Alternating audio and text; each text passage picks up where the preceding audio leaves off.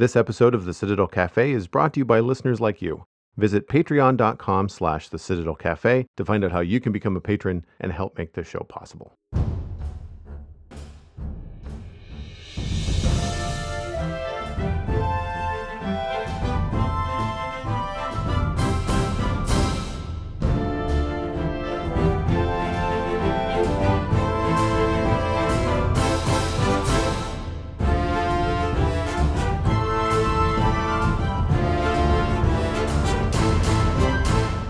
This is the Citadel Cafe, episode number 495 for June 26, 2025. My name is Joel Duggan, and the Citadel Cafe is where my friends and I hang out to talk about the geeky stuff that we're into. The podcast is available on all major podcasting platforms, including YouTube. If you're enjoying the show, please consider subscribing wherever you're listening. With me, of course, is my friend Steven, at StevenESC on all of the social media that matters. Hello, my friend. And hello to you. How's it going? It's going great. It's one of those weeks where I feel social, like a human, because we've had nice weather. You came over for a barbecue on Tuesday, and I was out at the gym a couple times. It was good. There was some rainy weather earlier in the month has really hampered my outings. And so during the week, I've been feeling really kind of like four walls kind of enclosed. For folks that work from home, you'll know what I mean. And so it's been good. It's been a good social kind of outside kind of week. And even when we were over here, we were outside on the balcony all evening because it was a really warm day. So it was nice. And thank you again for that. That was likewise. I'm working from home these days just because there's issues with the fire system in my office, and so I too feel the shut-in effect. And it was really nice to get out. And work for me has been busy and stressful. So to have you sort of do the barbecuing and not really let me help, it was nice to just sit there and getting spoiled, and I was not complaining about it. I do like to cook.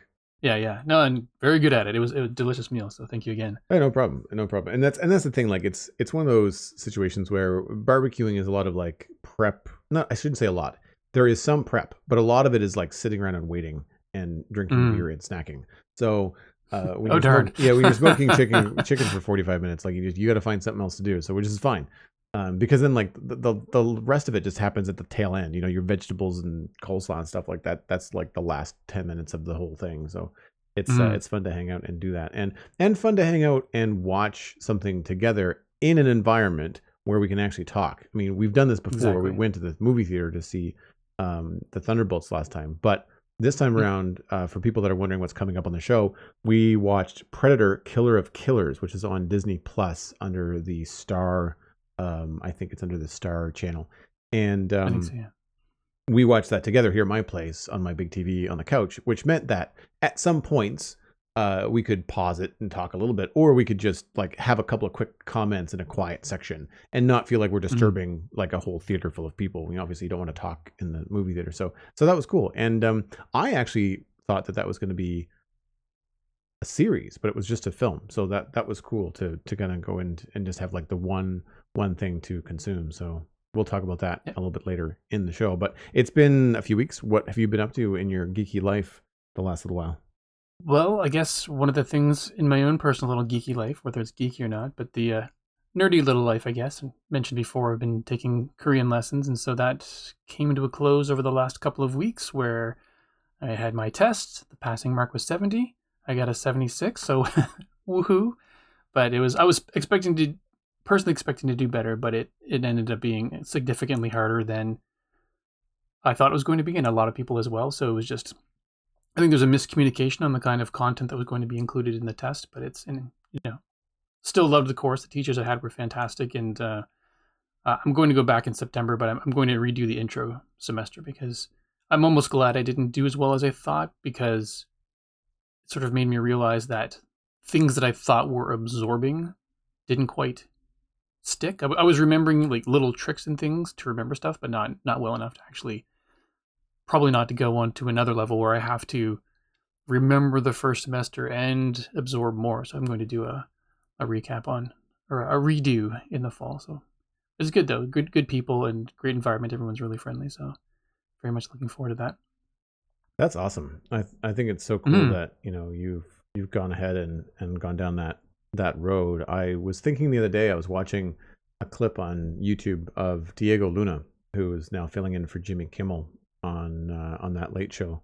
And Yeah. man, he's a charismatic dude. He's really fun, and I really like his accent. And the whole time, of course, they're talking about Mexican culture and some of the Mexican guests that were on, and they were speaking Spanish. And I thought, man, it would be really cool to learn Spanish.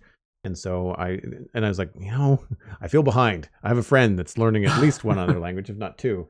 I should maybe look into that a little bit more. Spanish would be a good one too. It's yeah. I know grammatically it's a bit more complicated, similar to French because they've got masculine and feminine and some nuances that English doesn't have. But the alphabet's basically phonetic, right? From what I understand, like every letter when you see it, it's pronounced the same every single time. Not like English where you've got the letter E that can be pronounced 4 different ways, or you got a soft G and a hard G. I think there are a couple of letters that make a different sound when they're paired. When you've got 2 in a row of the same one. But for the most part, you once you learn how letters are pronounced, you can look at it and just say it. I mean, whether you understand the word or not, you'd be able to pronounce it. So yeah, Spanish should be a good one. And Mexico's on my hit list for vacations. Nice. Like it's got like a combination. If you go for long enough, you can do a number of different things that would be on my list of like good vacations, which would be some relaxing, maybe on a beach somewhere, but then also you can visit like historic sites, or you can go inland and go up on the peninsula, not the peninsula, up on the plateau to like Oaxaca, which is a lot of like food and, those kind of experiences and cultural stuff. So like if you, want to do that, then you can take in a bunch of different things. And I found out that once you fly into Mexico, the way to get around in Mexico is apparently by bus. There's a lot of busing that happens like between cities. It's similar to like taking like a Greyhound or an Acadia Lines bus around here, like that kind of a thing. And I was like, that's cool because I don't like to fly. So the idea of spending money and or stress on like little hops around a country. I mean, it's a big country, but like I don't want to fly for an hour, if I can avoid it, and get like all the rigmarole of going through an airport and boarding and like all that stuff just for like a 45-minute flight. It would be much better for me, I think, to bus and see the countryside. Yeah, so absolutely. Yeah, but then it just comes like, what kind of time do you have while you're there? Are you going to try to cram everything in? And it's the kind of thing where I feel like you might want to do like one really relaxing vacation, and then the next time you go, now that you know the lay of the land, and maybe take a little bit more of culture, like offbeat stuff. But we'll see. That's a good idea. I don't really travel much, so can't really, I guess, give you any input on that. But it sounds like a good idea. I mean, getting back to the Spanish, there's a student designer we used to have at work, and he liked to travel a lot. And one of he was learning Spanish specifically because he was looking at it. It's you could use Spanish at multiple destinations around the world. Where if you learn Korean, I'm doing it just because I'm interested in the alphabet and just things about it fascinate me. But I can only really use it when I travel if I go to South Korea. Whereas if you learn Spanish, you could take that around with you to a good number of places, so that would be a good one. So you've been watching anything? I feel like, funnily enough, I have months where I feel like I've barely watched anything for us to talk about, and then this past month I feel like I've seen all the things. So my family and I went to see How to Train Your Dragon. Was it last week? Or a week before? Either way, very, very recently we went to see the live action remake of it, and I've talked about it more than once how dear that film was to us, and so I guess I will give it my stamp of approval and say if you saw the original and loved it, I would totally recommend this. It had so many things that really hit the mark in terms of what you would look for. You can't avoid to have like some of the charm of an animation. You can't help but lose that.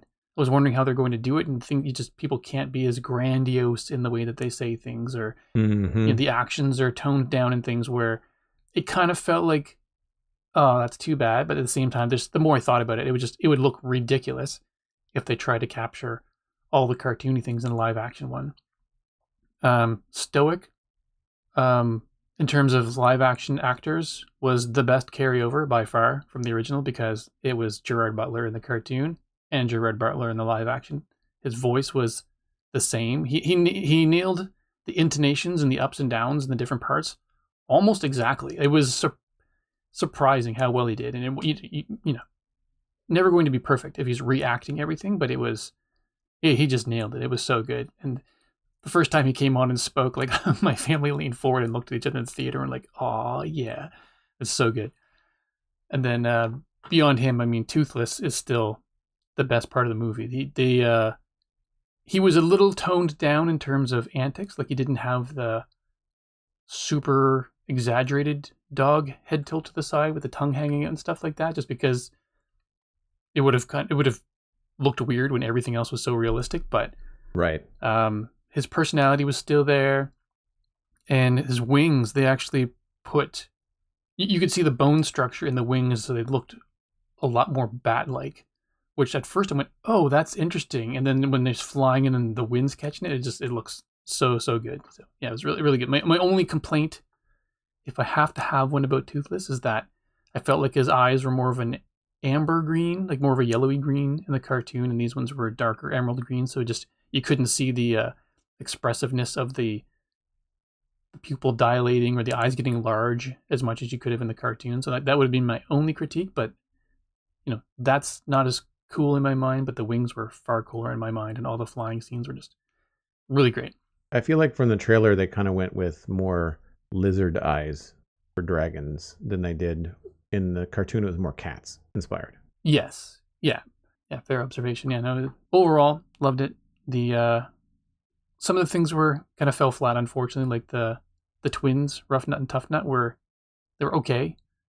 But in the cartoon, and you think about the cartoon again, they were super exaggerated. Yeah. Not cartoon, but the 3D animated version, super exaggerated, voiced by adults, and so there were certain things that it would probably be the hardest to have those two characters carry over to live action. And so the downside is they were given very few lines and they just weren't in it much at all. And then I guess my personal letdown was Nick Frost as Gobber. He did a decent job, and I feel like he acted it okay, but I mean, I've said this before on the show, I like Craig Ferguson's voice acting in the original, where he goes, he's for one, he's Scottish, and his voice goes up and down every time he's talking, so it just had like this whimsical charm to everything he said, and Nick Frost was delivering Nick Frost and hitting some of the lines that were funny in a way, but it didn't have the same energy or spark as Gobber. So I feel like had I not seen the original, I probably would have been fine with it. But because I saw the original, that was sadly fell a little bit flat. But overall, it has the same rating on IMDb. I think they're both 8.1s when I last checked, and so it seems fitting. It's a pretty solid. It's as my eldest said, it's the best live action remake he's seen, and I have to agree with him. So, interesting. Have you seen Pete's Dragon, the remake with Bryce Dallas Howard? Oh, I did. It's been a while, so I'm a little foggy on it. But it was that was pretty decent too. I feel like parts of the dragon were not. That's a tough one though, because the original one, the dragon was actually hand animated, right? Yeah, the original was like a Roger Rabbit situation where he was a really goofy cartoon, and I mean the original might have been. I'm not even sure when that was. 1977 says Wikipedia. So yeah, quite a while ago, before CG was definitely a thing. That's for sure. I'm just trying to figure out who directed that. Directed by David Lowery. I thought it might have been a Ron Howard film, but David Lowery. I really like Bryce Dallas Howard in that film. I thought she was great in that film. I mean, I like her in everything, but in that particular film, I thought it was a really wholesome movie. Like I feel like I was in the right mood, and I was a big fan of the original as a kid, but I hadn't seen it in a while. So it's not like I was directly comparing it. I was kind of comparing like the spirit of it to the film. So I thought it was pretty good. And I thought the dragon was an interesting take. Like it was kind of like a dog type thing, but the remake was 2016, so it's been another almost 10 years for CG to come along, and I thought it looked good then. So like I would imagine it might look dated now if I watched it, the 2016 film. But yeah, I'm glad that it's gone well. I mean, if you're not going to change a heck of a lot, I mean, it's the same reason why The Lion King and the stuff that Disney has been doing with remakes for the most part have not been completely flopping, because if they stay true to the original and they don't change much, right, then it tends to land, right? When you start to change stuff, like with Snow White, which I haven't seen, or Lilo and Stitch, which I haven't seen, the live action versions, they tend to crash and burn. But when it's like a pretty much the same story, just told with CG animated lions and meerkats instead of traditionally animated. Like, people just eat it up because it's the same. Like, you know exactly what you're going to expect. The plot's not going to deviate too much, and I think that's in some way I think it's cool. And I think in a way it might be bringing in a new audience, and it could also be, I don't want to say it's a money grab, but I feel like it's, in some cases I could see it being a good thing.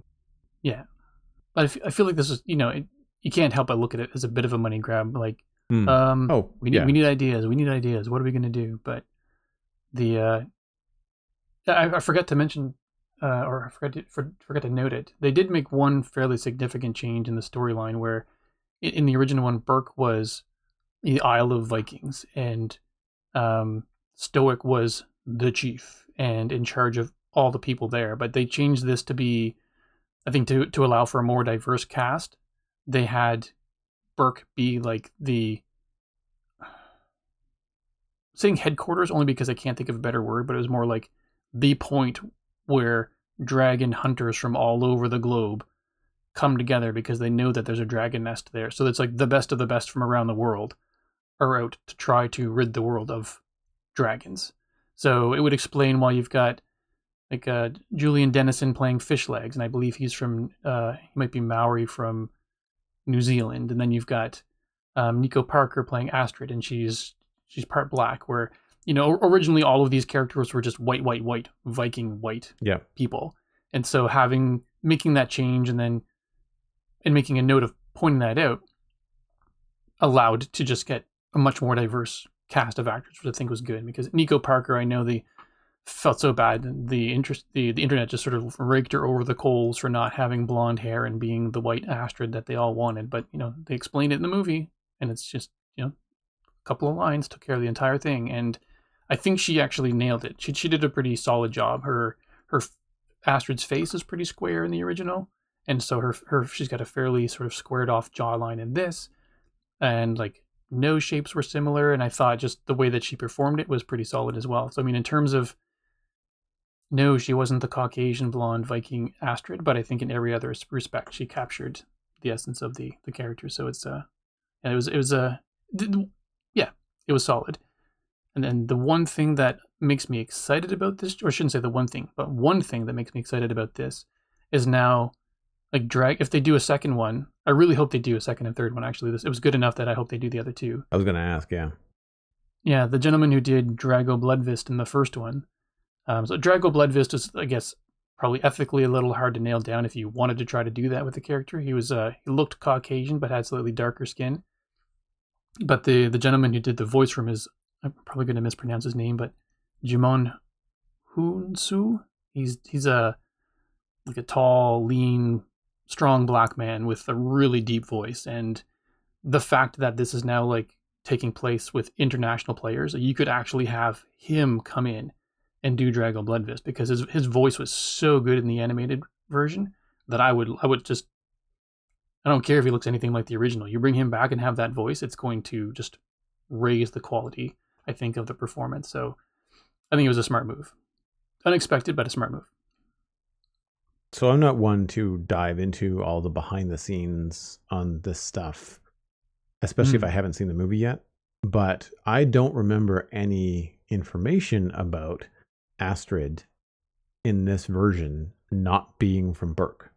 And I think that had they just announced that with the casting, like had DreamWorks just thrown a bone out to the people that were kicking up a stink, because if they say, oh, it's Astrid, and then there's no explanation, then of course have you met the internet? They're going to go down the darkest rabbit hole they can, Sure. And it's like, but if you say Burke is different, Burke is a amalgamation of a bunch of different cultures in this version of How to Train Your Dragon, they're not all Vikings.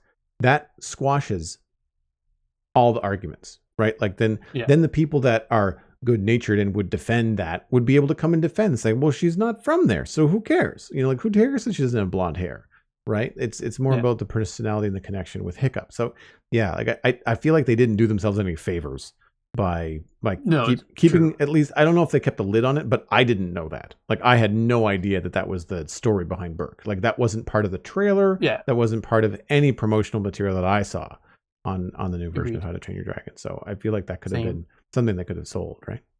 Yeah, and there's no need to keep it under wraps either if that's what they were doing, because it's a story being retold. It's not like, oh, we got to keep this one little nugget to have an element of surprise in the movie. We weren't going to see it for the element of surprise.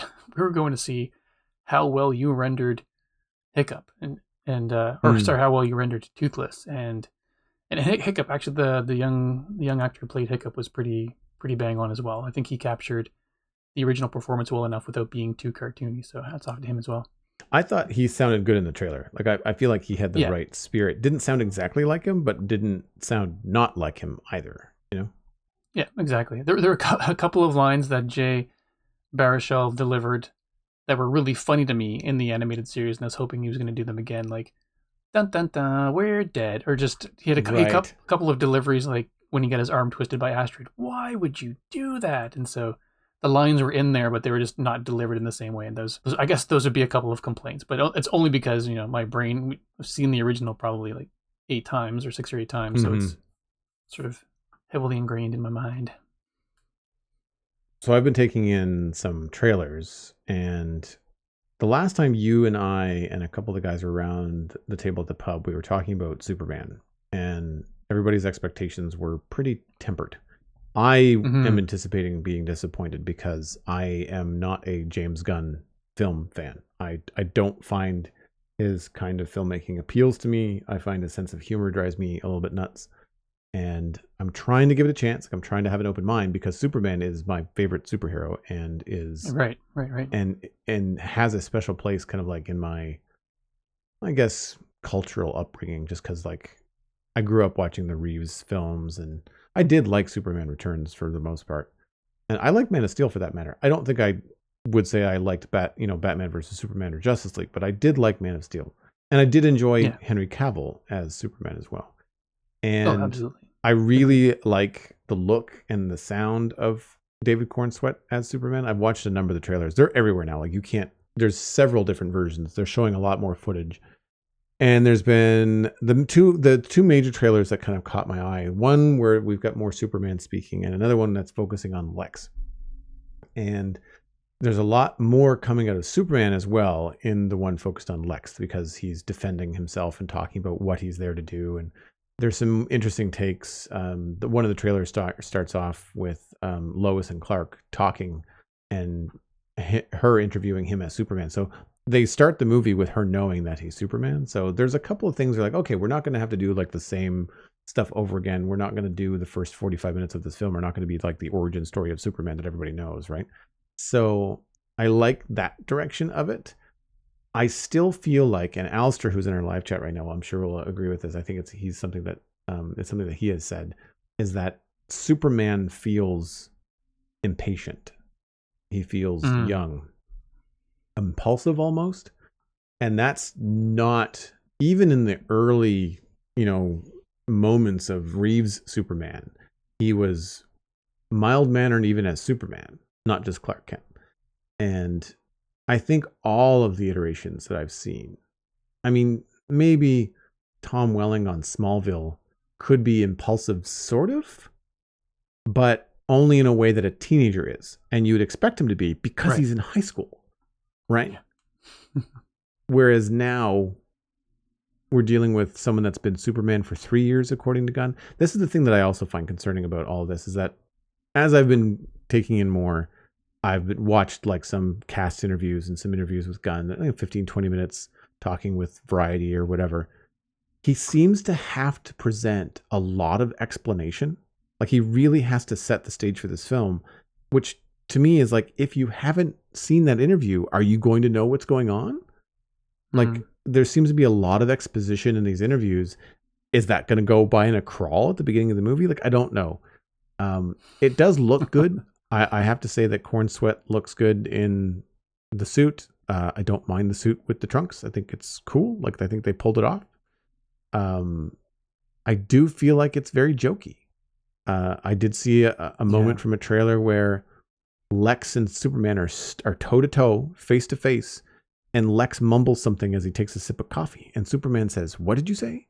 And I'm thinking, like, he's got super hearing. He knows what he like. This just, it's the kind of dialogue that just it seems so campy, and like it's the kind of thing I'd expect to see on Smallville on the WB in 2005, not on the big screen from DC, films in 2025. So I have some concerns in that light. I think it's going to be very jokey, and it's probably not going to be the best. Now, I understand that Superman jokes. Don't get me wrong. I know that version, and I like that version. I really enjoyed Superman the Animated Series, and he has some great jokes in Superman the Animated Series. So I know that the character is lighthearted. It's that he's not so much campy as far as I can remember, though. Anyway, so I'm going to go see it. I'm probably going to go see it in theater because I do want to talk about it on the show. Something we're going to go do together. Just kind of let people know what's coming up probably later in July. So we'll go see it somewhere after it comes out in that first week, and then we'll probably talk about it that week or the week after maybe. So that's the plan. And I don't know at this point whether I'm looking forward to it. I can confess, though, that I do get some goosebumps when I watch the trailer. And I think it's the music, because they had an original score with the original trailer, and it was like reminiscent of some of the early stuff. But then they had brought in another composer, and all of the music for the new trailers is very John Williams inspired. Like, it really feels like a modern version of that.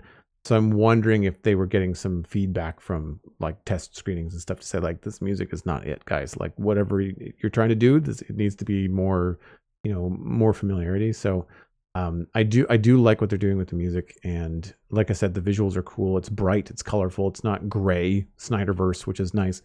So I'm trying to go in with an open mind, but expect a review, spoiler-filled review on this show, and I will probably be angry about most of it. I imagine that it's probably going to be good. I would anticipating that it's going to be good enough that I think people should see it, but I'm probably going to have some real problems with it because I'm such a fan. Yeah, fair enough. I feel like I'll probably be easier on it, or enjoy it more than you, because while I like Superman, he's not as, I guess, dear to me as to you, and I'll try to. I'm going to try to go into it with I'm going to the movie with my friend kind of attitude, so it's going to be a fun experience. And usually, it's as silly as it sounds. It usually makes me enjoy a movie more, for better or for worse. I'm kind of hoping. I'm hoping that you and I are just proven wrong. And I want to be wrong. Believe me, I want to be wrong. It's so much better. Yeah. I want to be wrong. I will happily accept that Guardians of the Galaxy 3 was a hiccup in James Gunn's career. But we're also talking about the guy that wrote Scooby-Doo 2. So like, I'm not, right? Like, I'm not holding my breath. But that's why I want to go see it with you and anybody else that wants to come with us in the crew that we hang out with, because I think I will be more receptive if there are more people around that are excited about it, or laugh at certain parts, or like whatever, or can talk me back off of, like, a joke that I think is dumb. And if people thought, well, it wasn't that bad, it's like, you're probably right. It can get me back off of, I think this is bad objectively, to me, like, well, this is my opinion. Like, it's not for me. I'd rather be on that side rather than me feeling so mad about it that I feel it's not a good film. So I would rather have a mix of opinions around, so I can kind of find somewhere in the middle. Fair enough. You'll be going in with your fists mentally clenched. We'll just have to remind you to try unclench those a little bit. One thing I am looking forward to, however, is Fantastic Four: First Steps. Yes. It looks good. There's a new trailer out. I just kind of rescanned through it. I think this is the better trailer that they've put out. It does look like it has some funny moments, which is fine, because I think it's also like, it's a goofier concept, Fantastic Four, compared to other stuff from MCU. And I also know, I think from our previous Thunderbolts experience, this is probably an alternate Earth or something. So I'm on board for the film. I don't know how they're going to tie it into the MCU. I think that the MCU is getting convoluted but fast, and so that's difficult. But I really like the relationship between Johnny and I can't remember the thing's actual name. Ben Grimm. Yeah. Yeah. So the whole apparently, and this is probably true, it's clobbering time, I think, is what his catchphrase was in the Yeah. cartoon for TV. I don't think he had it in the comics. So from what I can tell, the cartoon exists in this world, and Johnny keeps on saying, say the line, and he refuses because like, that's not, I don't say that, that's just from the cartoon, it's not really my line. So I think they're probably going to get him to try and say it the whole movie, and then he'll finally say it at some point, probably in the climax, to the roar of whatever crowd is in the theater with you, right? So I can see some fun moments that I don't want to miss seeing this with a group of people. I think it would be really fun. Silver Surfer heralding the coming of Galactus looks pretty cool. There's more footage about Galactus in this trailer. It seems like much higher stakes than the previous trailers has let us to believe. Yeah. And I'm all for that, because I feel like the first trailer was like a trailer for the art direction. And then the subsequent trailers have been like a little story. And then this most recent one, which I think is the final one, is a lot of action. So they've kind of built up what the movie's going to be step by step with each trailer, rather than just like cutting together cool scenes. It seems to be a little bit more of a pace, which I like. And again, I hope the movie has a decent pace. I'm not sure about Pedro Pascal. I love him. I think he's a great actor, but some of the way he's delivered some lines in the trailers, again, it's out of context, so it's hard, but it feels odd. So I'm not really sure. And is it Vanessa Kirby? Is that her name that plays Sue Storm? I think that's right. I believe so. Yeah. I really like her. I've seen her in things like The Crown and other things. I think she was in Mission Impossible as well. She's a really good actor. I think this will be the first thing I see her in, but that I would have seen her in. But I think, she looks pretty good in it. One thing I noticed about this trailer as well is that there's a lot more baby in it as well. I think they talked about her being pregnant, but I don't think they showed a baby before now. So I wonder if this might sound stupid because it's just coming to mind right now, but I wonder if the whole first steps thing is actually a play on baby's first steps. And then maybe their child will be old enough in another, because it's two different timelines as well. So maybe whatever powers their offspring has ends up being in current day MCU down the road. Who knows? I was, super speculating just off the top of my head. So, but I think now that I'm realizing as we're talking through this with the baby, the first steps probably has something to do with that as well. Well, and First Steps is also like Galactus is famous for like being ginormous and taking giant steps. And the first time that he sets foot on the planet is not good. So I'd imagine that's also part of it. I don't know anything about the kid, the baby. I didn't realize that there was a baby in the Fantastic Four. I knew the relationships. I knew that Mr. Fantastic and Sue Storm were married. I know that Johnny is Sue's brother, and I don't remember how. I guess Grimm is just a family friend. I'm not sure how he's into it, whether he's another brother or a cousin or something. I don't know. But I know that Johnny and Sue Storm are supposed to be brother and sister, but I don't know anything beyond that. Anyway, I'm looking forward to it. I think it's going to be cool. And I hope together with Superman, these are both pretty bright and colorful superhero films.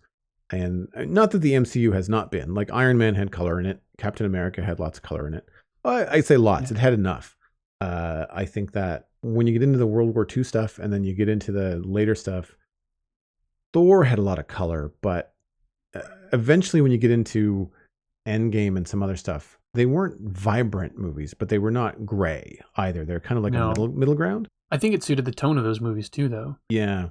Fantastic Four is pretty vibrant, and so I'm looking forward to seeing what happens with that. So moving into the main discussion, we are going to touch on Andor because we have not yet talked about it, and I have seen it, and you just powered through season 1 and 2 in the last couple of weeks or something like that. So I think that it would be an opportunity to talk about it where it's so fresh in your mind. I watched season 1 when it came out, and then I watched season 2 when it came out, but I paced myself. I can't remember. I think it all came out at once, or I had waited long enough where it was always going to be ahead of me. And I watched like 2 or 3 episodes at a time. It's like I kind of would finish an arc in season 2, and then I would that would be it for the night. And then the next night or the next time I had an opportunity to sit down, like the next Friday night, that's when I would watch it. Right. And I treated it like watching like 3 little small films or 4 little small films, because it was 12 episodes, I think. And so I'm curious as to what your take is, because I will say, on, without any spoilers on my top of my review, and we can give some spoiler warnings for people that might be curious if we want to get into some details later, but highly recommend, even Agreed. if you're not a Star Wars fan.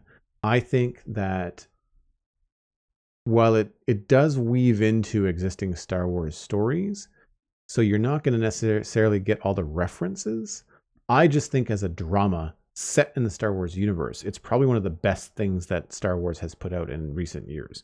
And it really tackles a lot of stuff that's happening in the world today in a very good way and in a very poignant way. And I think it's worth watching because it's more of a political thriller than it is a sci-fi series, if that makes sense. That's a good way to put it. I mean, it has those elements, but it's not a swashbuckling adventure. It's not a Western. It's a political drama in a sci-fi theater, basically, I think, in a good way. Yeah, agreed. I'm not sure if you're like this for anything like that, but if you hear enough people say like, "Oh, you got to see it. Oh, you got to see it. It's so good, you got to see it." There's sometimes where my brain's like, you know what? People are talking about it too much. I kind of don't want to see it now, and I think that's what happened to me for season 1 of Andor. Like in and around me just being busy, but then the first time it was on, I was just like, okay, I've heard enough about it right now. I just don't want to, and then it fell off my radar. But then this time, I just sort of got to the point where I didn't have anything that I was watching on my own. And then you reminded me season 2 came out, and I thought, all right, well, I don't know as much about Star Wars backstory as you or others do. So I just thought, I'll give it a go and see. And like episode 1, I thought was really good. And then even into episode 2, I was hooked. I couldn't believe it. It's felt as good as the good episodes of The Mandalorian. Like The Mandalorian I enjoyed, but it took a little while to make me really want to watch it, because as my younger son mentioned, it was the same for a while. The Mandalorian would fly to a new planet. Something would happen. He gets double crossed. He wins and then flies off to another planet, kind of thing. So, right. But this one was, everything felt part of a larger tale right away, which was great. And so it's felt like it's the same quality as The Mandalorian for anyone who's seen that but not seen Andor yet. But the storyline feels like part of a bigger whole right away. And I think I was blown away by the acting. Not that I should be surprised that they're great actors, but I think I messaged you one night just when I was after one of the episodes in season 2, just like, okay, killer performances by Denise Gao or Goff, I might be mispronouncing her name, who played Dedra Miro, and the woman who plays Mon Mothma, Genevieve O'Reilly. The two of them are just so good in this. I couldn't believe, like, the two of them are just, they've either got anxiety and stress boiling underneath their performance for 2 straight seasons, or it's just like this seething anger under parts of the performance for like Deirdre Miro as well. Just they're both trying to be as stoic as possible, but you can just see it bubbling under the surface so much. I was blown away. And then, because I don't want to give away spoilers, but probably halfway through season 2, Denise Goff, who plays Deirdre Miro, she has this performance. Something happens and she is greatly affected by it, and her trying to stifle being affected by it, I was like, I could feel myself getting so emotional. Her performance was, it was way better than should have been in a Star Wars TV show. You know what I mean? It was just, I feel like, quote unquote, all the awards. I feel like she would, for that performance, she just nailed it. It was so good. Well, it's something that I really like about Star Wars as a long form series versus the movies, because the movies were based on serials, like sci-fi serials, like Flash Gordon. That was the inspiration for them. So they're a little campy. It works for some of them. It does not work for others. When they try to get too serious or they try to be too modern with it, it doesn't really work. I think when Star Wars takes itself a little bit too seriously, that's when it starts to fall apart. And I think that's why The Mandalorian works so well. It's like, that Mando's not going to die. The show is called The Mandalorian. Like, he's got plot armor.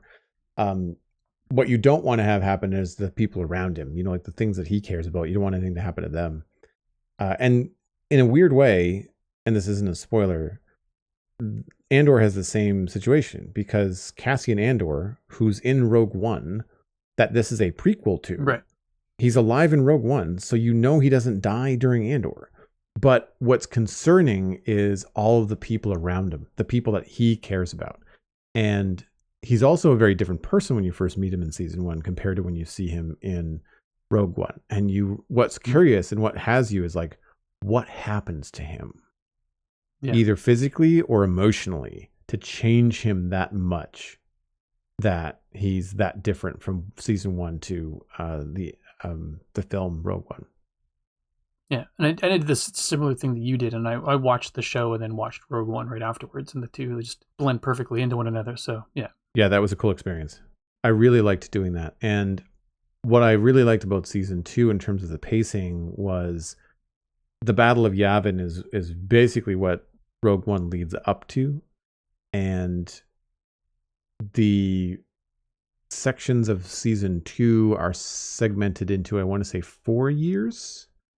It's like 4 years before BBY, 3 years before BBY, 2 years before BBY. Oh, that's what that meant. Yeah. So it's the Battle of Yavin, which is when the first Death Star in A New Hope is blown up. That's the Battle of Yavin, because Yavin is the jungle planet that they take off from when they mount that assault on the Death Star.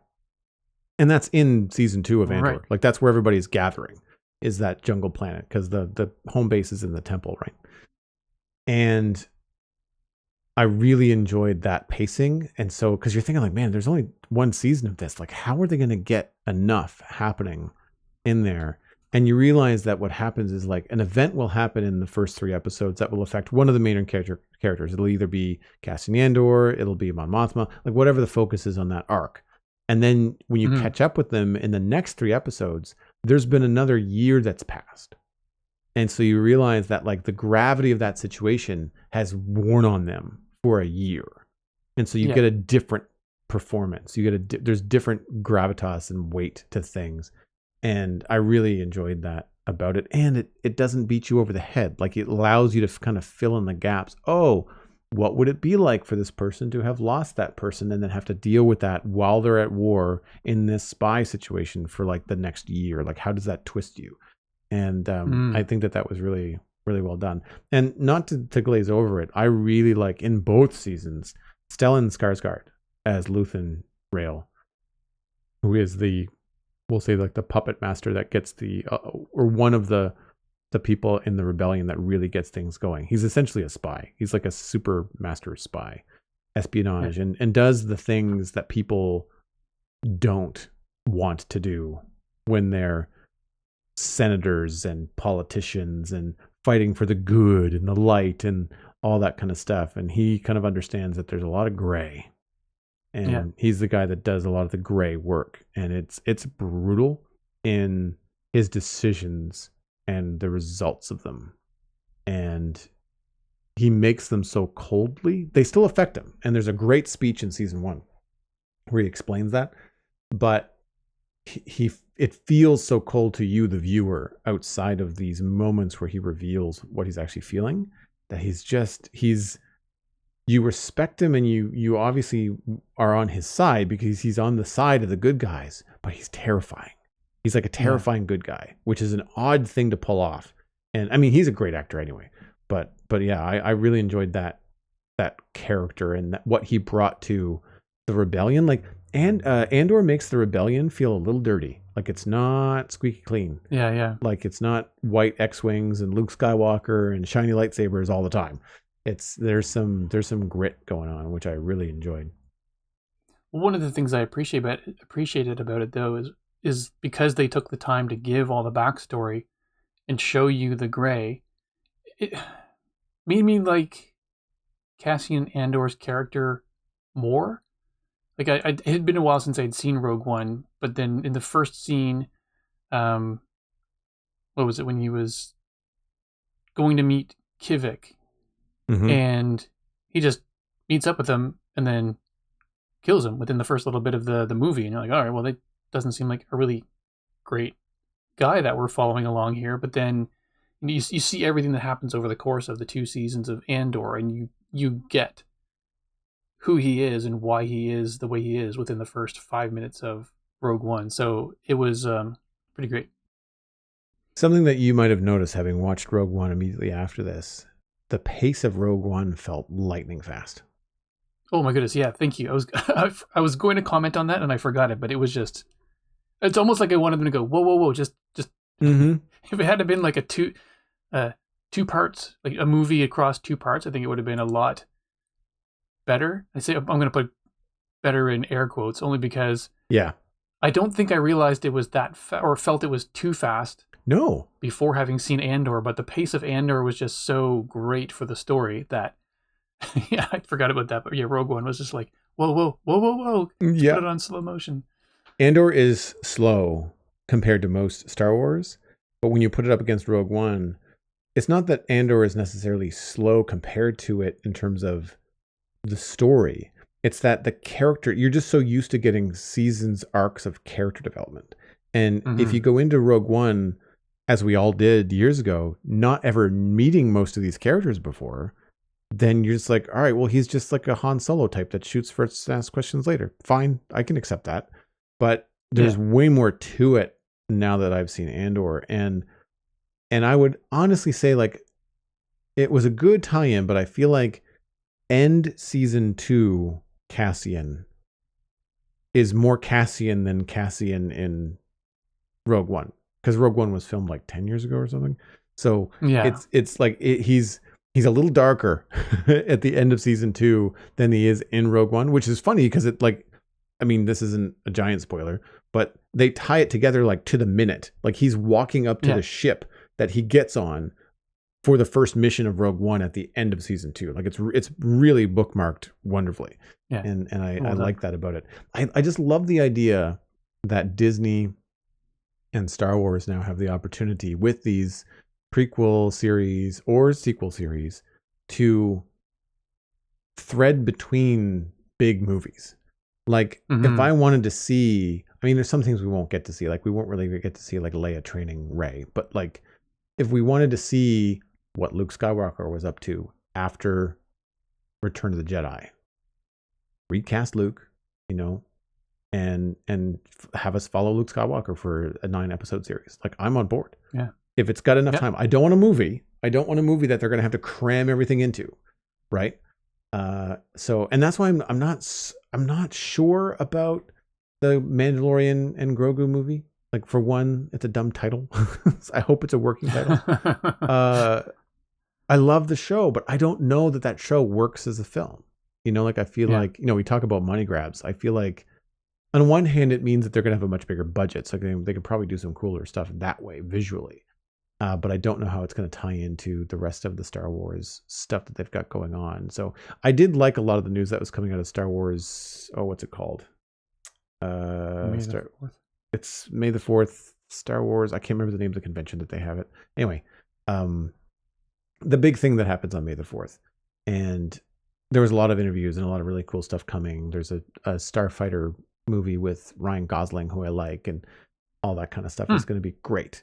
So that's going to be some fun stuff. And I mean, I'm all for Top Gun in space. Like, bring it. You know, I'm down. But I like the opportunities that you have with television series, streaming series for character development. Like I found that with Andor, you still despise them. They're still the bad guys, but it really reveals a lot about the Empire and the people in it. And some of them are about budget and stuff. Yeah, like some of them are cogs and some of them are evil motherfuckers. And you just like, Krennic, what's his name? I can't remember the actor that plays Krennic, but he is so good. He's in Marvel stuff too. Oh yeah, easily despisable. Yeah. Oh, he's so good. Why can't I not? He's not on IMDb. He must be at the front. I must have passed him. Or maybe he's just not in it enough to be at the top of the billing list. Maybe that's the case. Huh. It's not David Harbour. That's a different guy. Ben Mendelsohn. Thank you. Ben Mendelsohn is a fantastic actor. I really enjoy him. And there's a great interrogation scene in season 2, and he uses his finger to fantastic effect. It sounds like such a small thing, but it was just, when he did it, I was like, whoa, somebody's in trouble. Like this is not going to end well for you. So yeah, it's definitely one of those things that really add a layer to what happens. And again, like, the Empire is doing some horrible things and doing them in a way that seem kind of too familiar in terms of modern politics and stuff. Not to get into that on this show, but like, there's an awful lot of overlap between, what's happening with the Empire and manipulation and evil deeds and just all this kind of stuff. It's just wild. And I feel like, in a good way, even though it has to end a certain way, because the Empire has to, like, essentially win or start to win, because, like, the other movies have to happen. So you can't, Andor does not end in the end of the Empire. Of course it doesn't, because, like, that's how Luke Skywalker does that in the movies. But it really brings the people that you want to have an end to an end that they deserve. Yes. And I don't mean that in a physical way. Like, it doesn't always mean death. I mean, there's definitely some pathos. And what I like so much about that is pathos is the wrong word. Payoff. In that you dislike them so much that it is very satisfying when someone gets their comeuppance. And it's like, it's a combination of the writing and the acting. And like, there's some people in this show you want to smack. And when they get their smack, like, you're just like, take that. I do enjoy that. Yeah. I was telling my family about the same thing, just the way they wrapped everything up. They tied off all of the stories for all of the characters who aren't in Rogue One really, really nicely. And then all of the characters that do show up in Rogue One, they have them doing like these slow motion lead ups to, like you were saying, to the ship they get on, to the weapon they're going to grab, or the thing. So it was the way they handled both sets of characters. I thought that there's a solid job. It was just, the last 5 minutes of the show, but they did a really good job of it. Yeah. And for me, going back to the conversation we had when we were out last time with Alastair, just the folks, if you started season 2 and you get a few episodes in, you go, okay, this is ridiculous. This is just not the show I remember. Get past the first 3 episodes. So, like Joel said, every 3 episodes is its own story arc, and then it jumps ahead a year. So I agree that the first 3 episodes, when they were done, I thought, what a waste of Cassian Andor. Like, he basically didn't do anything. He gets tripped up and almost like stuck in the same spot for 3 episodes, while the important stuff happens around him with other characters. And then once he gets out and he goes and meets up with everybody, it's like, okay, this year's over, on to the next one. And I remember feeling like it was disappointing, actually, because I blew through the first season and thinking, all right, we're going to go right into season 2 and keep going. And it was just a weird letdown in terms of plot for me, anyway. That's what it felt like. So, as soon as episode 4 started going, it felt like it was back to season 1 story quality. I mean, the pace was definitely faster because, like you said, you've got a year in between each story arc, and they cover 4 years over the course of season 2, but it picks up, and it's just, I think episode 4 until the end is pretty solid.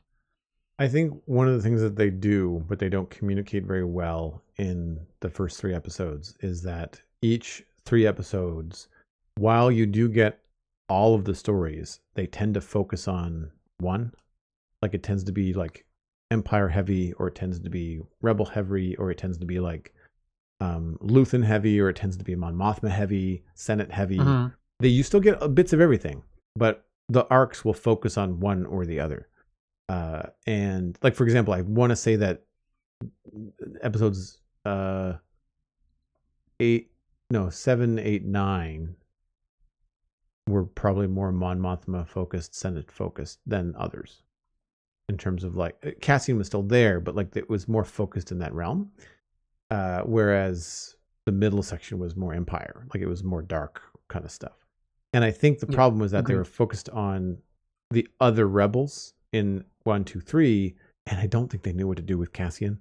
And so unfortunately, you kind of get this like waste of space story. That felt pretty clear. Yeah. But everything else, like some of the stuff that happened with Bix in the first 3 episodes was nail biting, like uncomfortable. Oh yeah. You know, and so they did a good job there. It was just that they didn't really do a good job with Cassian, because when it went back to Cassian, you're like, I don't care. Show me the other stuff. The other stuff was, I was on the edge of my seat. And then you go back to these, you know, this situation that wasn't, and to be clear, it wasn't the writing for Cassian. It was the writing for the people that he was around in the first 3 episodes was not the best.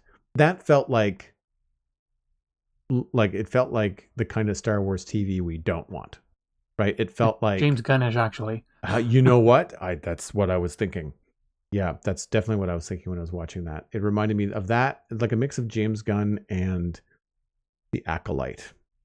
The stuff that just feels forced, right. Like kind of ham-fisted in there. A little too convenient, you know, that kind of stuff. So, anyway.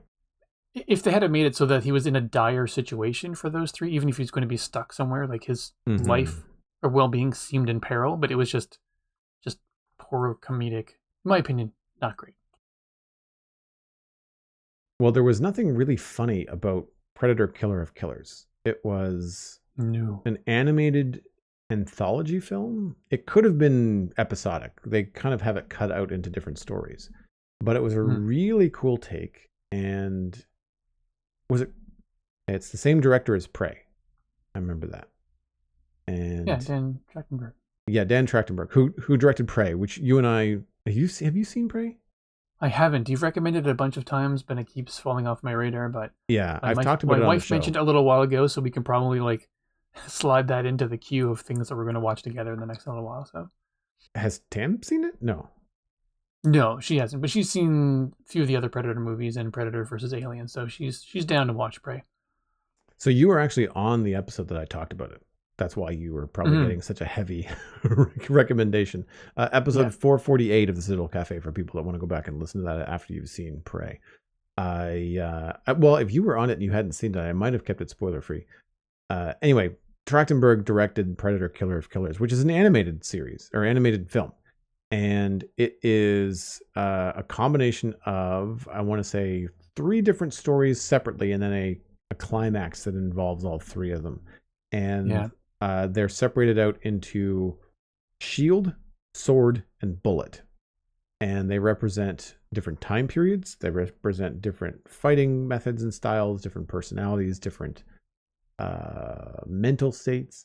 And all of them are up against, of course, the Predator. So it's still, at its core, a monster alien movie with a fight sequence in each section.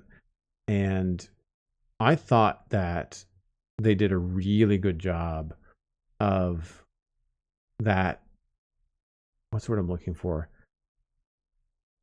The vibe that you get when you first encounter the Predator stalking the people that it's stalking. Like the Predators, they're always like invisible. They're always really calm. They're always hanging back. They're watching to see which one of these idiots is the best idiot. Like who's the most aggressive? Like who's the one that I am going to get the most out of killing? Like who's my trophy? Yeah. I don't care about these guards on the wall. Exactly. I want the best samurai here, like that kind of stuff. And it's really cool when you get to see the Predators, because in a way they kind of like show you the Predator, but then they show you the Predator's POV almost. Like the stories are almost told in a way to communicate to you, the viewer, who is the baddest of the bad.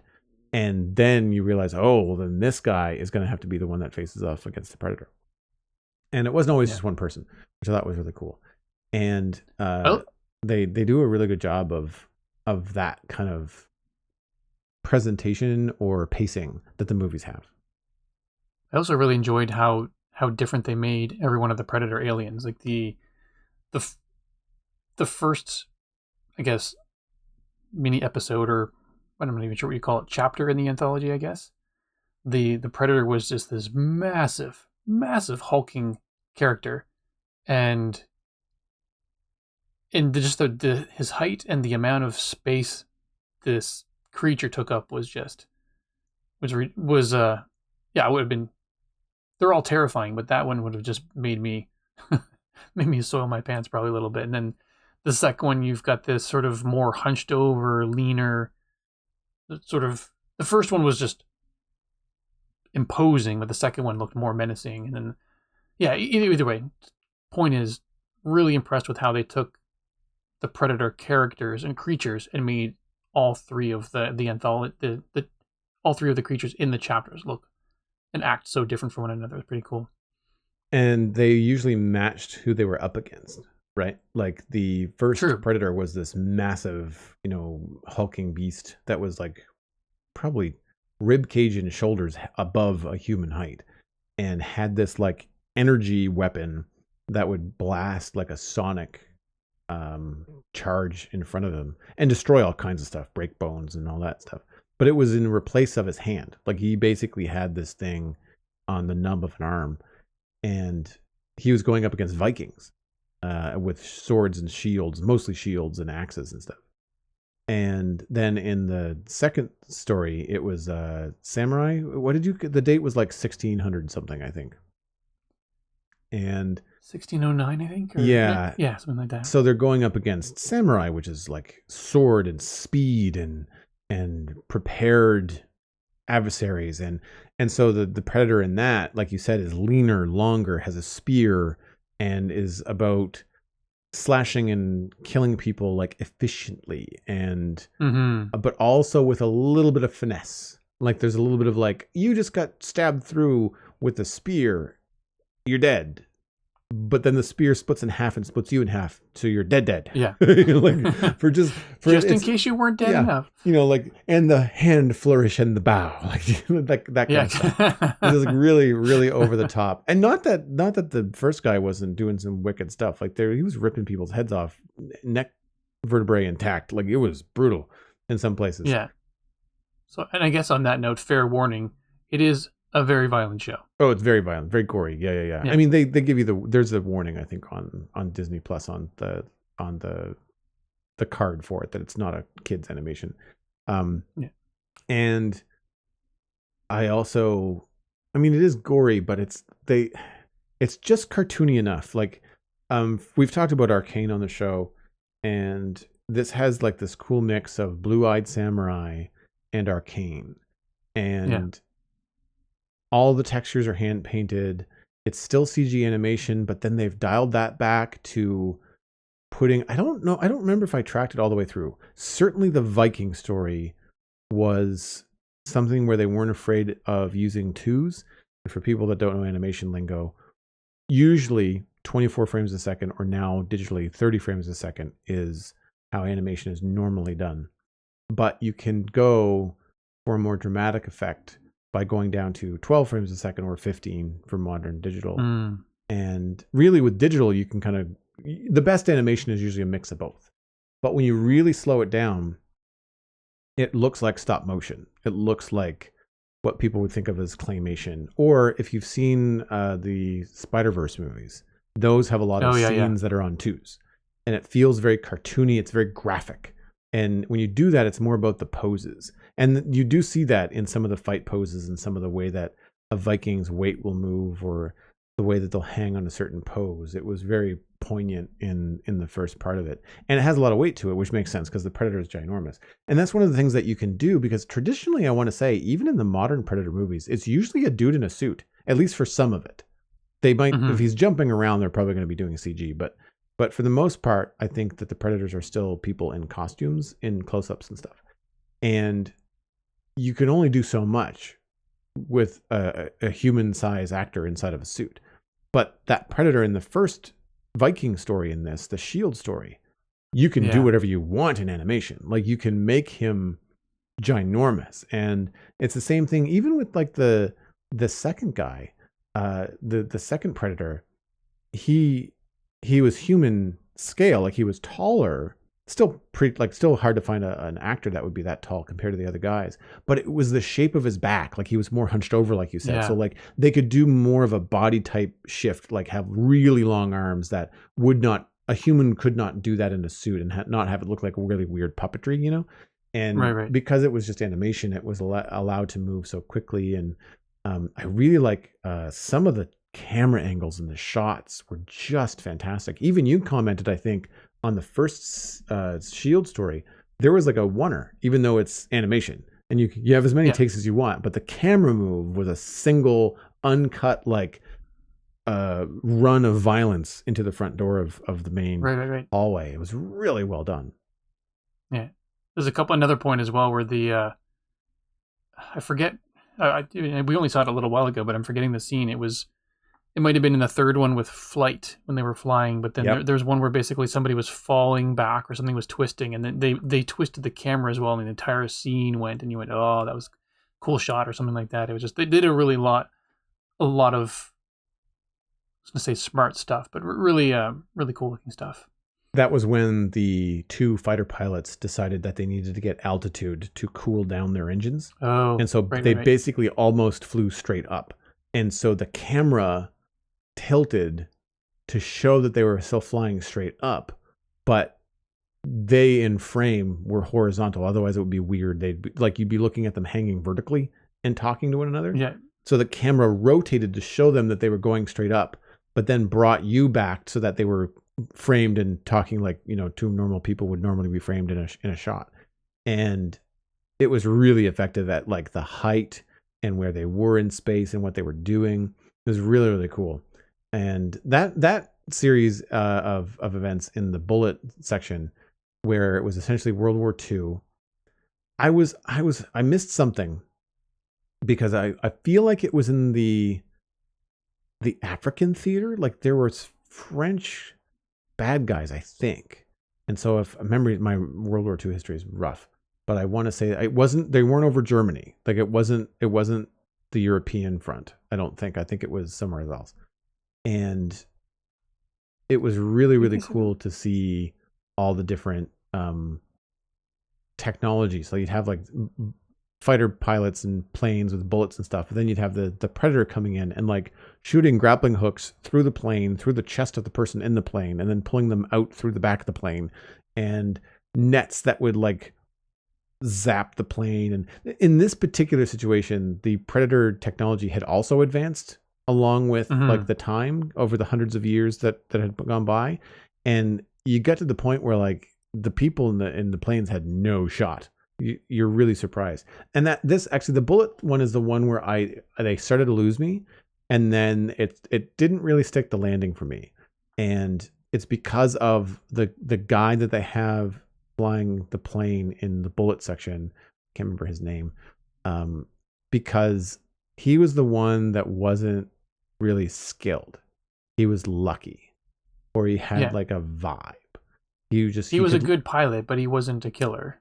Yeah. And so I really found it hard to believe that he could figure out how to pilot a spaceship. You know, like I found it hard to believe that he got away in that situation with the Predator that he was fighting in World War II. I felt like it was a lot more luck that got him through. Yeah. Whereas I was not at all surprised that, I can't remember her name, the Viking lass and the samurai guy, when they survived and beat the Predator, that felt plausible. It showed them, both those characters actually mow through a bunch of people first. Yes. So you knew that they were capable, where the other guy they only showed him as this kid pilot. I mean, I know it's an 80s movie, so you kind of know that Schwarzenegger is going to win in the day, but you do feel like he's capable of taking on the Predator in that film, right? Like yeah. You don't feel like it's going to be a shoe-in. Whereas if you put this kid in the plane up against the Predator on foot, you're like, you're toast. Like the Predator might not even bother with you. You know what I mean? Like you might not even be worthy of the effort in the Predator's eyes. And now there's a lot of stuff in Predator comics that I'm not familiar with. So it was strange to see an entire planet full of Predators. It was kind of strange to see a big gathering of them. And I don't know how I feel about that. I really prefer the vibe of one lone Predator, sort of like I like the idea of the Mandalorian, even though I know that there's a lot of people and a lot of warriors from Mandalore, and they were formidable.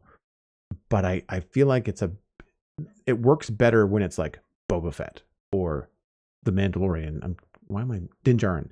I'm blanking on his name. Like those individual characters in that specific situation work better. They're stronger characters. And I feel like the same thing with the Predator. The Predator is stronger as a solo thing. Even in that movie, I think it's just called Predators.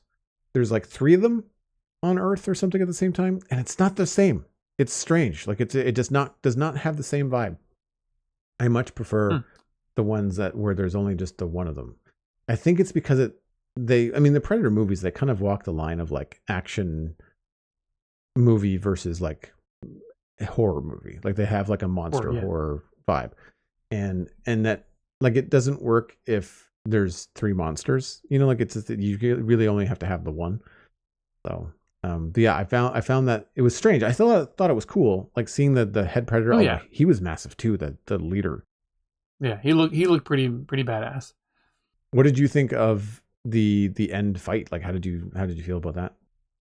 I don't know. I felt like the 3 individual chapters in the anthology were stronger than the final. Just the fact that they all had to fight like 3 humans that won on Earth, then have to fight.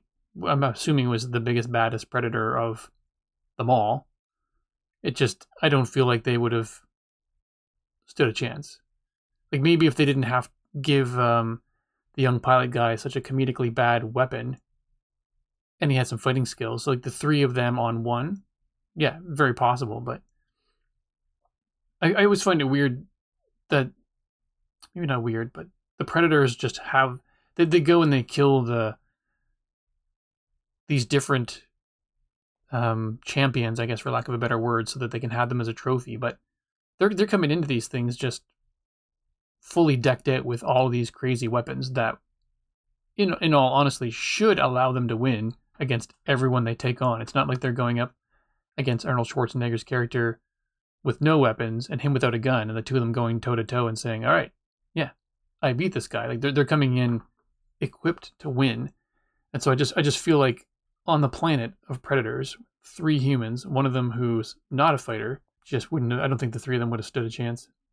I did find it strange that they took him down. So I mean, he didn't end up dying in the end, but like they got so many hits in, and there was a couple of points actually where like he had his hand around her skull. I'm just like, you're dead. You're alive because of plot armor. Like all he has to do is squeeze, and you're toast. And in a way, and this is true of I think some of the other Predator movies, is that a lot of the predators die because of arrogance. Like they get cocky and they are lured into a trap, or they are lured into a sense of, I don't know, accomplishment or false victory, and then they get sidetracked by something, or something comes out of left field, and that I feel like is something I've seen a couple of times in Predator movies. So, and it certainly happened in one of these, like. I really feel like the first guy thought he had it, right? Like walking around and, well, for example, like I remember when the first guy was chasing the Viking lady and she was under the ice. Oh, right. I really felt like this guy hasn't been on ice before, and he's just kind of going in there cocksure, like I'm gonna go and find her and destroy her. And he's not protecting his surroundings, like he's not paying attention. Like she gets him in the water pretty easily, and I think that to me, well, one, it reminded me of Batman Begins, but also it was just like you kind of saw it coming. Whereas I feel like the second guy, there's a lot more skill involved. That was more of a toe to toe with the two samurai brothers, and I enjoyed that. And yeah, and then like I said, the third one was just a lot of luck. The third one felt like just a really cool opportunity to like, how many different ways can we destroy a plane with Predator tech? It felt like kind of like one of those. Pretty much. Yeah. But yeah. I mean, it looks like there's going to be more. They certainly left it open-ended. And one of the cool parts at the end was all of these people from different timelines have been cryogenically frozen and brought forward in time to then face this giant predator in this match at the end. And one of the people that we see on the ship in Cryo Furies is the girl from Prey. So it's a cartoon version of the live action actress from Prey. And so that to me suggests that we're going to see maybe her and another couple of different people from different timelines kind of show up at the end. But I hope they do the end better, because like you said, they gave this lucky guy from Bullet a wonky, crappy weapon that wasn't even from his time. Like, why didn't he have a regular handgun that would have been issued in World War II? He had a musket. Like, it really didn't make any sense. No, especially since the other two had truly, like, period accurate weapons from their time. So 100%. So yeah, I feel like that it was a really good concept. They didn't quite stick the landing for me, but I forgive a lot because of how fun it was to watch, how great the art direction was, how consistent the animation was. The direction in general, the camera angles and this visual storytelling was top notch. It's just we kind of have to accept that we're talking about an alien race that hunts for fun, right? Like, I mean, there's a certain amount of tongue in cheek that you have to kind of get through. So it can't be taken too seriously, but I would watch more. I would watch more. I am all about the animation that's coming out on streaming services as of late that are aimed at older audiences, that are telling mature stories, that are using the medium to do things that you cannot easily do in live action. Yeah. It's really good. Moving into the Internet Minute, this is, of course, brought to you by you. The Citadel Cafe is 100% listener supported. If you're getting value out of the show, please consider putting a little bit of value back in. You can become a member at patreon.com/the Citadel Cafe. Joining at any level will get you an invite to the member-only Discord server, which is shared with my personal Discord, and access to bonus cut Barista audio sessions when we have a chance to record those. Special thanks to our Bean Counter patron, Smurf588. Thank you ever so much for your support on this episode. Patron count is at 18. If you'd like to be patron number 19, visit patreon.com/the Citadel Cafe. My pick this week is Lego. I know you are surprised, but bear with me. There is a little bit of nostalgia to go with this because I had a metal backhoe when I was a kid. And it was very functional. It had little levers that allowed me to move sand in the sandbox from one side of the sandbox to the other. I had a dump truck as well. Lots of fond memories. I'm sure it was probably not as cool as I'm remembering it because it's been a long time. But this is Lego set 42-215, the Lego Volvo EC500 hybrid excavator. It is a huge set, 2,359 pieces. It is 11.5 inches high, 21 inches long, and 9 inches wide. And it is a hybrid excavator. It's based off of course, the real vehicle from Volvo, which is a hybrid vehicle. It's partly electric, which I thought was really cool.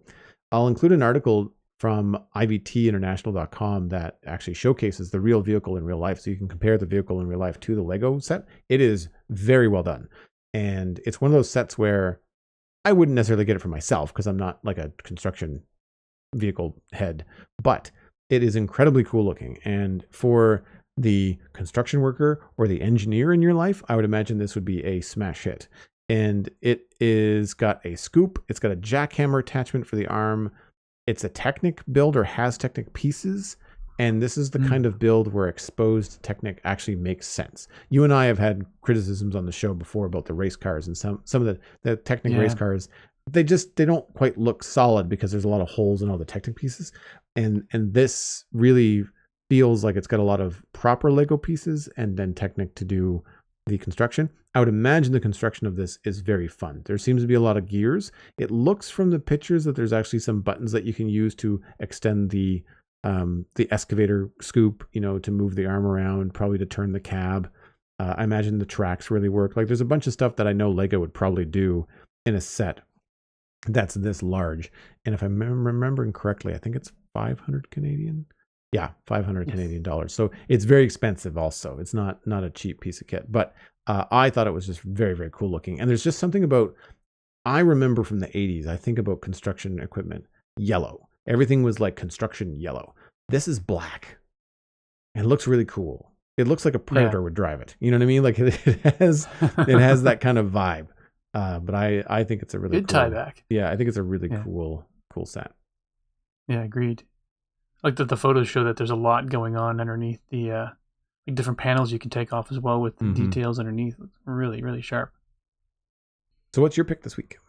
Mine is something called Ion Timeline. I'm probably mispronouncing it, but with all of the things that I'm always trying to do, it seems like it's never ending, but just I had started writing novels years and years ago, but then just took breaks for various reasons. Kept trying to get back to them, and just sometimes trying to get back to them was because it didn't work because I didn't have enough time, but other ones were because I found it hard coming back to it and not really having a good sense of the overall timeline and an outline.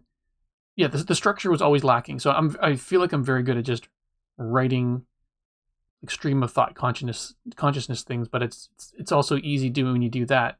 It's hard to remember everything that you've written. So then if you write in contradictions or things in the schedule or the timeline that don't make sense, I've always found that hard. So this app is an app that was designed or programmed only to work on Macs and iOS devices, which is, I believe anyway, but either way, works for me because that's the ecosystem I'm in. And it's basically helps you build your world out with tools that are specifically for the issues that I was having. So it actually has this timeline function where you can say, this took place on April 12th, 1984, and it was this 1 hour conversation that happened, and then it'll scroll back through time in the timeline feature, put this there, and you can tag the different characters that were there at that event, and then you can have multiple. You can either do it so that you just this scene takes place back then, or you can, if you want to keep track of certain things, you can say, over the course of this 1 hour, there's a breakfast that happened, and this conversation took place here. Then there was a drive, then there was this, which led up to this event, which then triggered something 10 years later. And so then you can then skip to 10 years later and link the two of them together.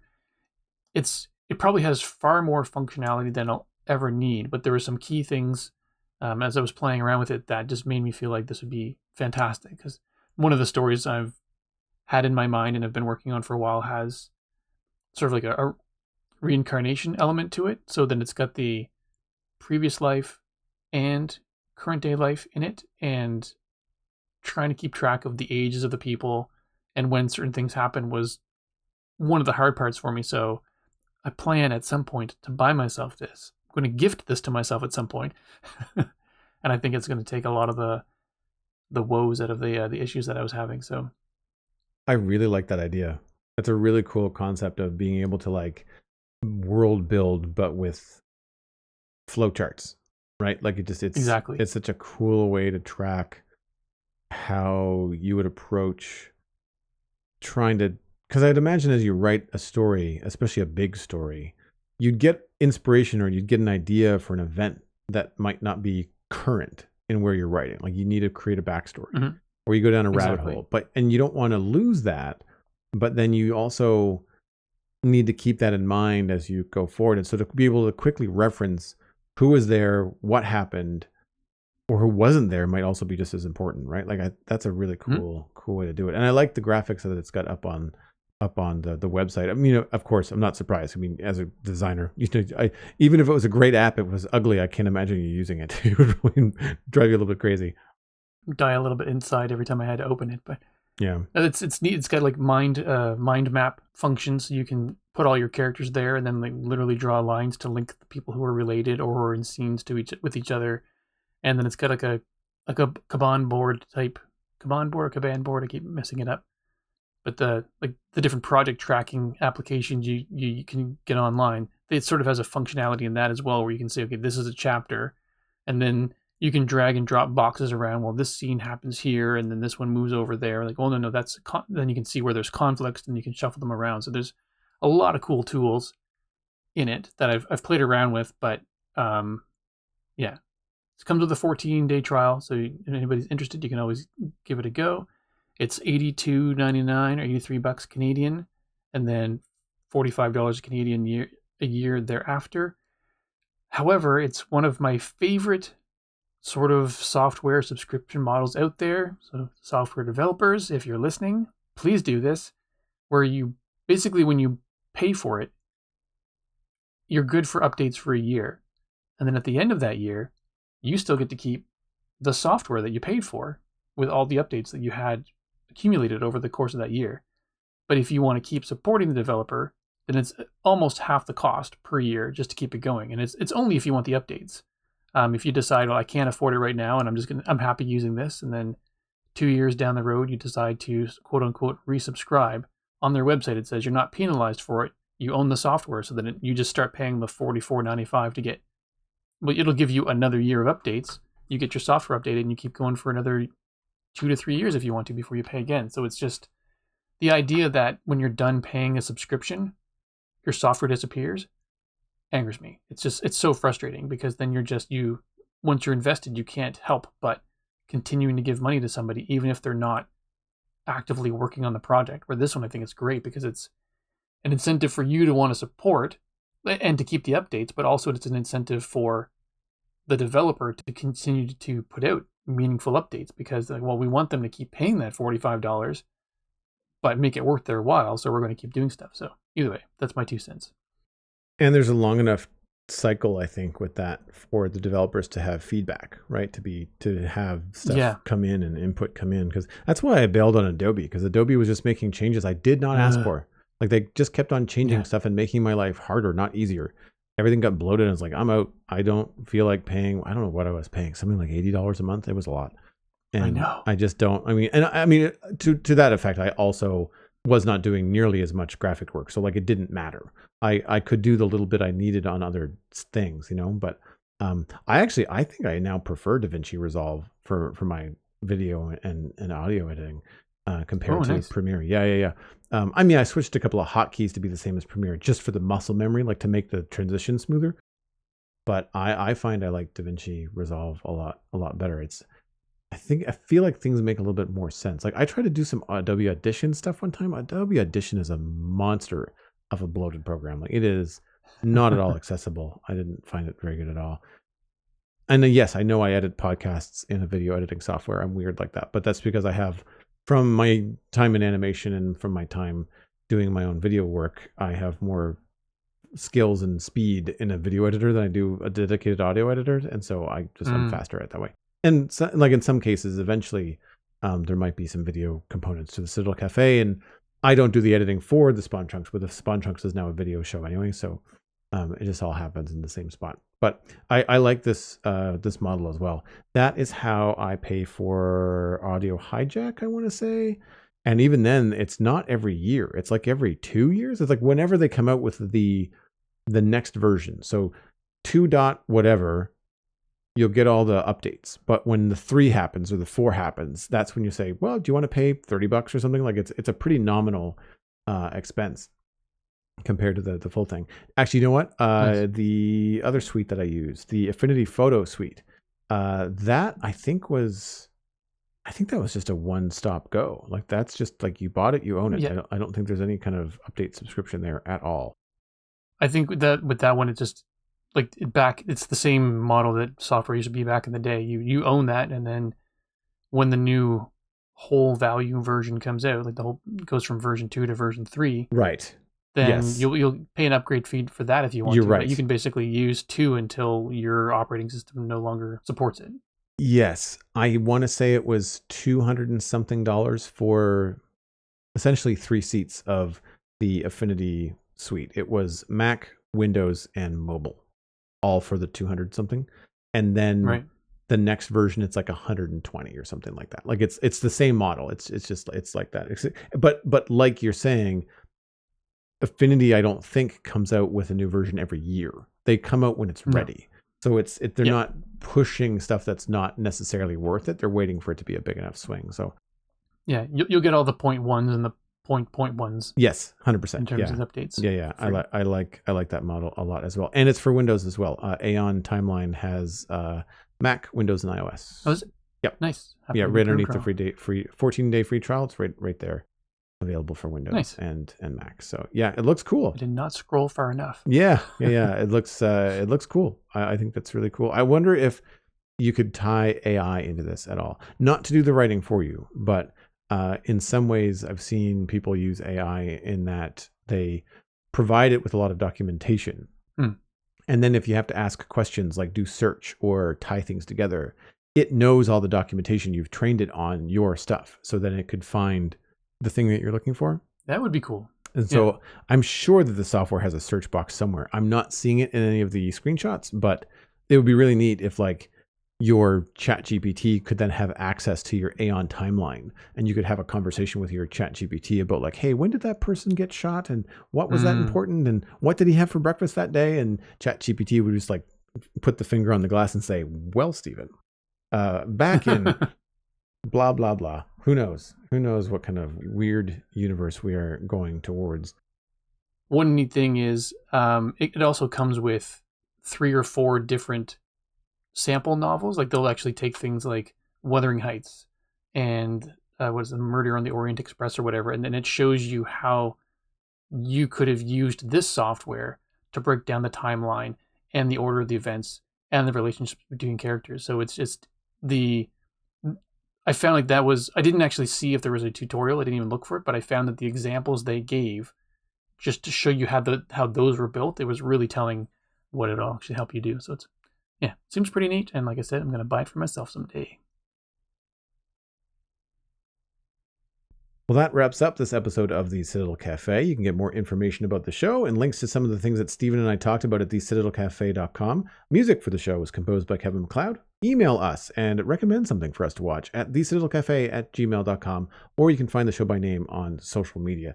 Subscribe for free on all of your favorite podcasting platforms and share the podcast around. Word of mouth is the easiest way to support the show. It's free to just tell a friend about the Citadel Cafe and where they can go to listen to it.